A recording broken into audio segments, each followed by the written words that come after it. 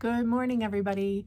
Thank you for attending my big BOGO sale this weekend. It was a huge success for me. It was a lot of fun to pull it together and great to see all of you. So thanks so much for coming.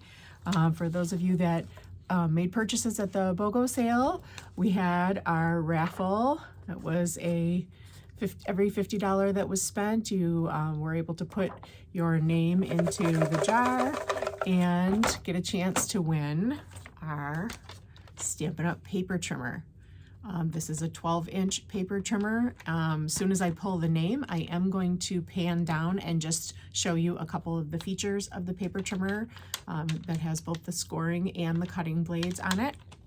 But this is an essential tool that I use every single time I make a card, and then some. I use it for a lot of other things too. But anyway, so it's a $26 value, and I wanted to give one away to a lucky winner as a thank you for coming to my sale and for being a customer. So I've got the names in the jar here, and I've shuffled everybody up. And I'm going to randomly pull out a winner.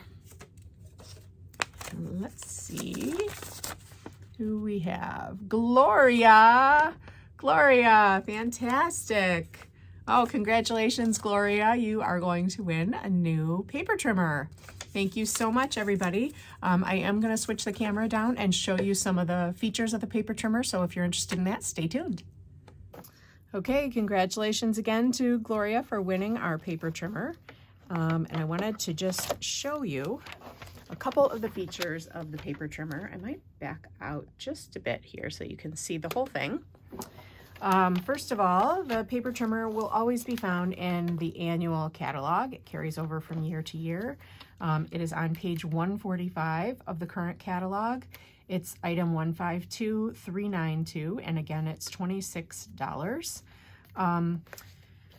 The paper trimmer fits 12 by 12 paper, so it's a nice long base this way, and then it also has an extendable arm that pops out so that you've got all the way out to 17 inches on this side. So your 12 by 12 papers or anything else that you might be working on, you've got plenty of room.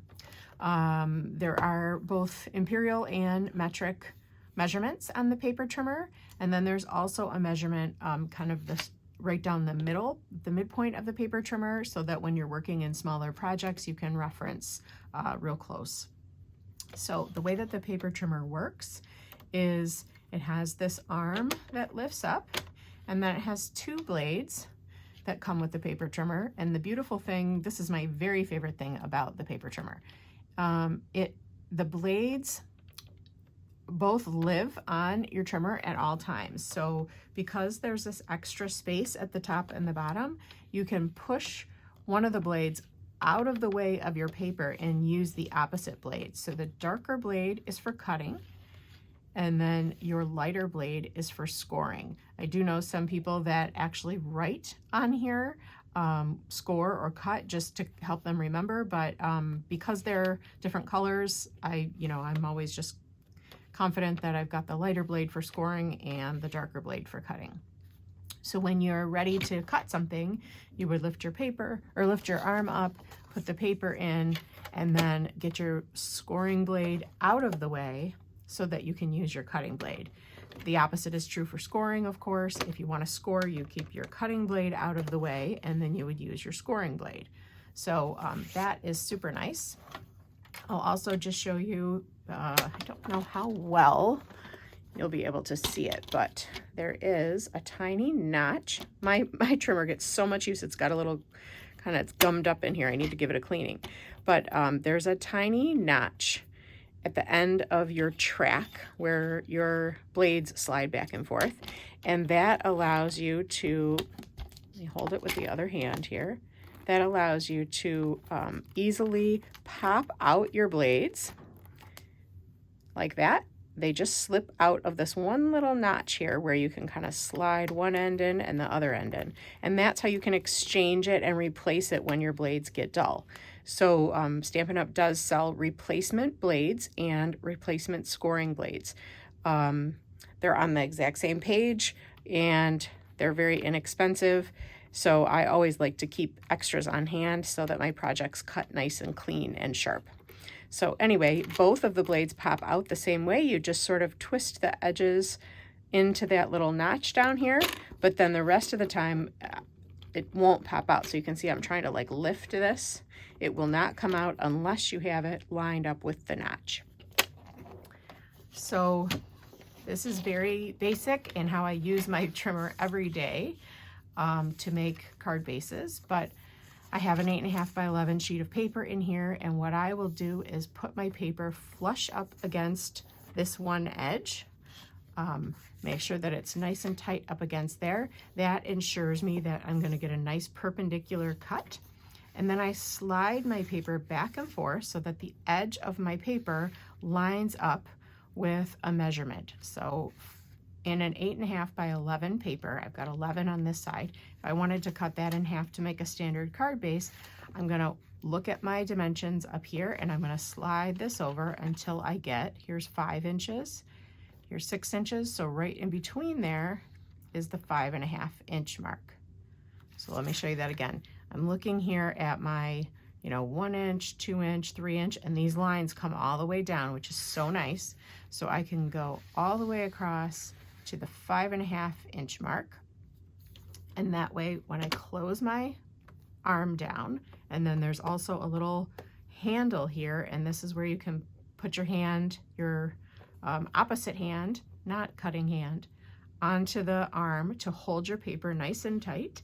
And then I've got my cutting blade in place here, and it slides very easily, and I just slide that across and I get a perfect cut and 2 identical sheets of, or half sheets of paper. And this is a typical card base size for an A2 card. There's obviously lots of different sizes that you can make, but this is probably the most common card that I make. 5.5 this way by 8.5 this way. So 5.5 by 8.5. So now that I've cut my paper in half this way, now I'm gonna rotate the paper. And because I've got 8.5 on this longer side, I wanna score it right in half to make a nice clean fold. So half of 8.5 is 4 1/4. So I would follow my measurements here, and I'm looking at the inches, and I go across to 4 1/4. Each one of these long lines that comes down the length of the trimmer is 1/4 inch. So I'm just gonna go right to that line. If you look closely, you can see you've got 4 and 4 1/4, but you also have divisions all the way down to the 1/16 of an inch. So each one of the tiniest hash marks on the imperial ruler here are a 1/16 of an inch. So if I wanted, I'm gonna get you nice and close here. If I wanted 4 1/16, I would go to this line. If I wanted 4 1/8, I would go to that line, and so forth. And then this would be 4 1/4. You could go to 4 3/8 there, but at 4 1/4 is where I would score my card to get a perfect card base. So I don't want to use my black blade now because I'd cut this in half. So I'm taking my black blade, putting it all the way out of the way down here at the bottom. And you can see my scoring blade is currently out of the way, but now I can bring that in and just give that a little push.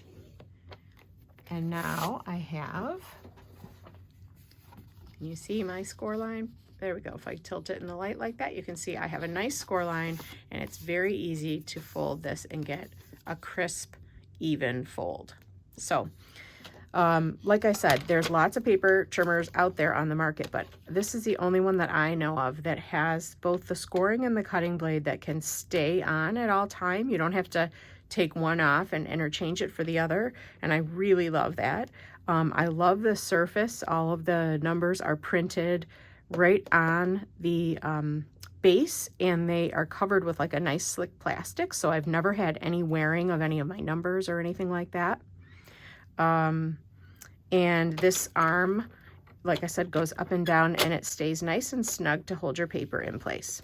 I should mention that you can work At the bottom edge of the trimmer as well, you could put your paper flush up against this edge and use these measurements that are basically the same exact thing as working up here. I think this is just a personal preference as to whether you're comfortable working on the bottom edge of the trimmer or the top.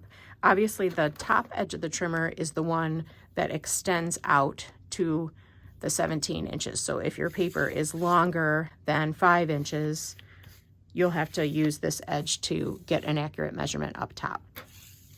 The other thing I want to mention that I do all the time is I use the short side of the trimmer. So you can see the measurements continue this way past your cutting channel. So if I only need a 1-inch strip of something, rather than having all of my paper hanging off the edge of the trimmer over here, I like to have most of my paper laying on the nice flat surface and using this blunt edge so I can slide it back and forth. And then I slide this way past the cutting channel, and I'm looking at my measurements here, and you can do up to 1.5 inches. So all the way up to this edge where the grid meets the edge of the trimmer, that's 1.5 inches. And I could slice off a little bit if I want to do even 1/4 inch. That first line that continues along is just 1/4 inch. So I can just take my paper and go right up to that 1/4 inch, and I can use my trimmer. You see I'm using my dark blade. And look I can get a nice little thin strip. So this is great if you want to make little thin strips of paper to add accents to your projects. And as I said, I use this short edge all the time for when I'm doing smaller cuts. And you can do that even with a nice long piece of paper. This way, again, just keep your paper butt up against this, this edge to get it nice and square, and then slide it back and forth. It slides beautifully because this is plastic. And use this short side of the trimmer too. I should also mention that on the arm itself, hopefully you can see that, on the arm itself, there are also measurements. So if you know that you want to make a cut, and this would be maybe for more advanced projects, but if you know that you want to make a cut and you want to only make it for 2 inches deep, like from the edge of the paper and 2 inches in, I'm going to put my scoring blade all the way at the top, and then I have my cutting blade here, and I bring my blade down, and my blade has a little hash mark along the side here, and I can line this hash mark up with any of the measurements along the ruler edge of my arm. So I would go right to, hopefully you can see, where this little hash mark is lined up with the 2 here. I can also see that that continues along each one of these grid lines that's on the base of the trimmer is also 1 inch. So I can see 1 inch, 2 inches. And then I can lift my arm up, and I have a cut that goes exactly 2 inches in from the edge. Again, this might be for more, for more advanced projects when you're doing certain types of fun folds, or if you want to create like a window inside of a card, it's beautiful for that. You can make cuts on the interior of your paper in the same way. So if I wanted this to have a gap and then continue along 2 inches later, I stopped cutting at the 2 inch mark. If I wanted to start cutting again at the 4 inch mark, I can line my blade up with the 4 inch mark, make sure my paper is flush,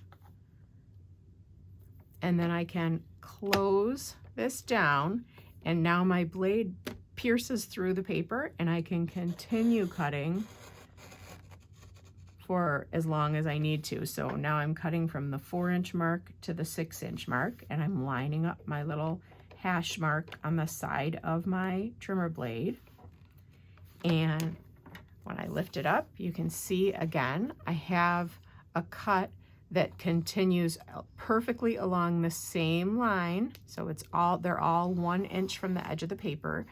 And I'm measured 2 inches, where I cut, then 2 inches where I didn't cut, then 2 inches again where I did cut. So this isn't what I would do for like making a normal card base, but sometimes when you want to make slits in your paper to create an opening for a ribbon, or to, like I said, cut out a window in the center of your paper, this kind of advanced feature can come in handy. So it is nice to have these measurements along the side arm of the trimmer as well.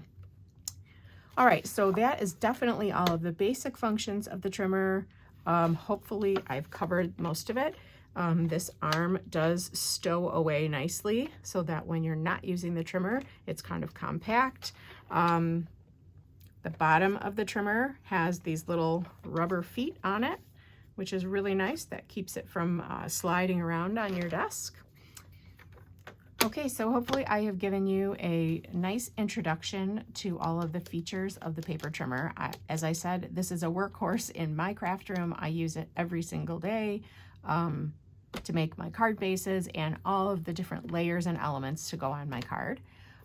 If you already own the trimmer, hopefully I gave you some more ideas and inspiration on ways that you can use it and all of the handy features. And for those of you who don't have one yet, first of all, congratulations to Gloria, who just won one in my BOGO raffle. But also, I would just highly recommend picking this up as an essential part of your card making stash. So again, this can be found in the annual catalog, and thank you so much for following along. Have a great day. Congratulations again to Gloria.